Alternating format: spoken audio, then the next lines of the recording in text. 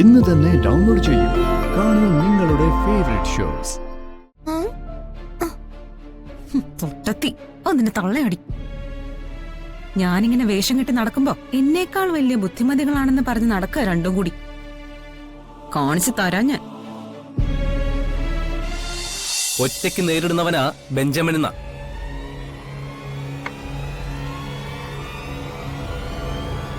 ഓർമ്മയുണ്ടോ നിങ്ങൾക്ക്? രാധിക എന്നൊരു നാട്ടിൻപുറത്തുകാരി പെണ്ണിനെ പേടിച്ചാണോ അച്ഛനും മോനും കൂടി ഓടി ഒളിക്കുന്നതെന്ന് ചോദിച്ചാ ഞങ്ങളെ ബെഞ്ചമിൻ പരിഹസിച്ചത്. ഇനിയിപ്പോ ഗൗരവമായ പോലീസ് അന്വേഷണം കൂടി നടക്കുന്നുണ്ട്. അതിൽ പ്രതിയാവുമ്പോ തന്നെ മോചിപ്പിക്കാൻ കൂടി ഞങ്ങൾ വരേണ്ടി വരുമോ? ബെഞ്ചമിൻ, തൽക്കാലം പോലീസ് അന്വേഷണം കഴിയുന്നത് വരെ താൻ മാറി നിൽക്കുന്നതാണ് നല്ലതെന്നാ എനിക്ക് തോന്നുന്നത്. കേസ് അന്വേഷണം നടക്കുന്നത് ഉന്നത തലങ്ങളിൽ നിന്നാ. ഒരു വിട്ടുവീഴ്ചയും അവരുടെ ഭാഗത്തുനിന്ന് പ്രതീക്ഷിക്കേണ്ടതില്ല. അന്വേഷണം അതിന്റെ വഴിക്ക് നടക്കും സാറേ.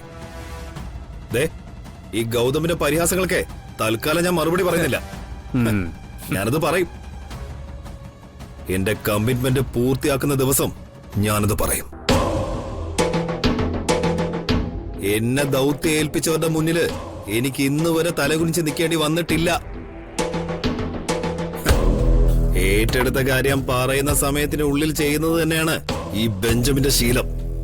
രാധികയെ കുറിച്ച് പൊതുവെ മുത്തശ്ശിയും വല്യമ്മയൊക്കെ പറയുന്നൊരു കാര്യമുണ്ട്. ദൈവത്തിന്റെ അനുഗ്രഹമുള്ള കുട്ടിയാണ് അവളെന്ന്. അവളെ ഇല്ലാതാക്കാൻ നോക്കുന്നവര് സ്വയം ഇല്ലാതാവും. അല്ല, കുറച്ചുനാൾ കഴിയുമ്പോ ബെഞ്ചമിന്റെ കാര്യത്തില് ആ കഥ ഞങ്ങൾക്ക് വിശ്വസിക്കേണ്ടി വരുമോ? കൊല്ലാൻ നടന്നിട്ട് തീർന്നു പോവോ താൻ? എന്നെ കുറിച്ച് ആളുകൾ പറയുന്ന വാഴ്ത്തിപ്പാടലുകളൊന്നും ഞാൻ അവരെ കൊണ്ട് നിർബന്ധിച്ച് പറയിക്കുന്നതല്ല. എന്റെ പ്രവൃത്തികളെ കൊണ്ട് അവര് പറയുന്ന ദൈവത്തിന്റെ സന്തതി രാധികയെ കുറിച്ചുള്ള വിശേഷണം അല്ലേ?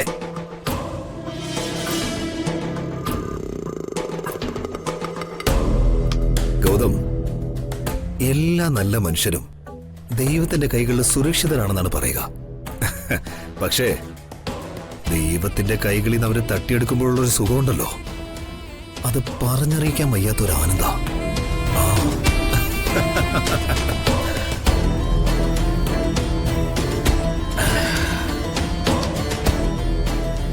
കേസ് അന്വേഷണം നടക്കും സാറേ. ഭംഗിയായി തന്നെ നടക്കും. അതേപോലെ തന്നെ എന്റെ ജോലിയും. താൻ ഉപയോഗിച്ച വാഹനം ഇപ്പൊ അവരെ നോട്ട് ചെയ്തിട്ടുണ്ടാവും. സോ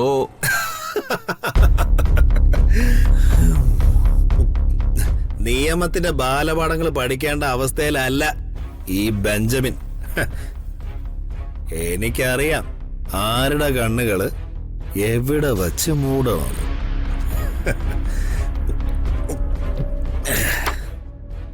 വരട്ടെ സാറേ. സർ, ഇനിയും വിശ്വസിക്കണോ അയാളെ? അയാളെ കൊണ്ട് ഇത് സാധിക്കും. സാധിക്കും. അയാൾ ഉദ്ദേശിക്കുന്ന രീതിയിൽ തന്നെ അയാൾ അത് ചെയ്തിരിക്കും. അയാൾ വരുണിന്റെ ഉറ്റ മിത്രമാവും.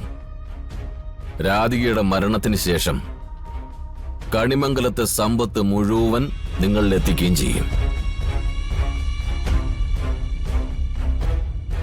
തോറ്റത് ബെഞ്ചമിനാണ് ഗൗതം. അയാൾക്കത് മറികടന്നേ പറ്റൂ.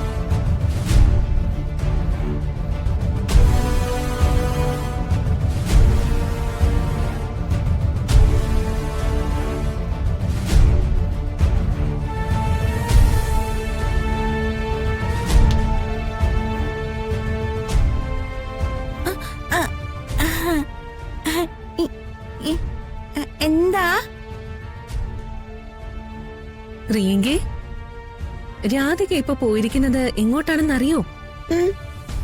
ദേ വരുണിന്റെ മുറിയിലേക്കാ. ശരിക്കും ആ മുറി ആരുടേതാ? മോളുടെ അല്ലേ? മോളും വരണും കൂടി കിടന്നിരുന്ന മുറിയാത്. രാധികയ്ക്ക് അതിനകത്ത് കിടക്കാൻ ഒരു അവകാശമില്ല. മോളത് വിട്ടുകൊടുക്കരുത് കേട്ടോ. പ്രിയങ്കേ, അവൾ എന്തിനാ മോളുടെ ഭർത്താവിന്റെ അടുത്ത് ചെന്നിരിക്കുന്നെ? പ്രിയങ്ക ചെല്ല്. അവര് രണ്ടുപേരെയും ഒന്നിച്ചിരിക്കാൻ അനുവദിക്കരുത്. ചെറിയമ്മേ, വാ നമുക്ക് പോ. ഇനി എന്താ വേണ്ടേന്ന് വെച്ചാ അവള് ചെയ്യട്ടെ. ഈ പൊട്ടത്തിയോട് പറഞ്ഞു കൊടുക്കാന്നല്ലാതെ ഒന്നും ചെയ്ത് കാണുന്നില്ലല്ലോ.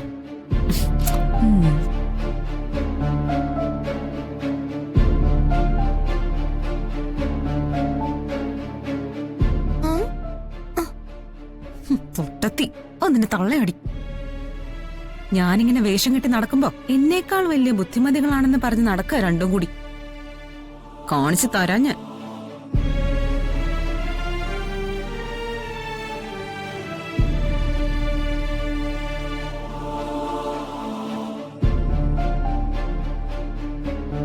എടോ എടോ, ചെറിയമ്മയുടെ ഈ ആത്മഹത്യ കഥ താൻ വിശ്വസിച്ചോ?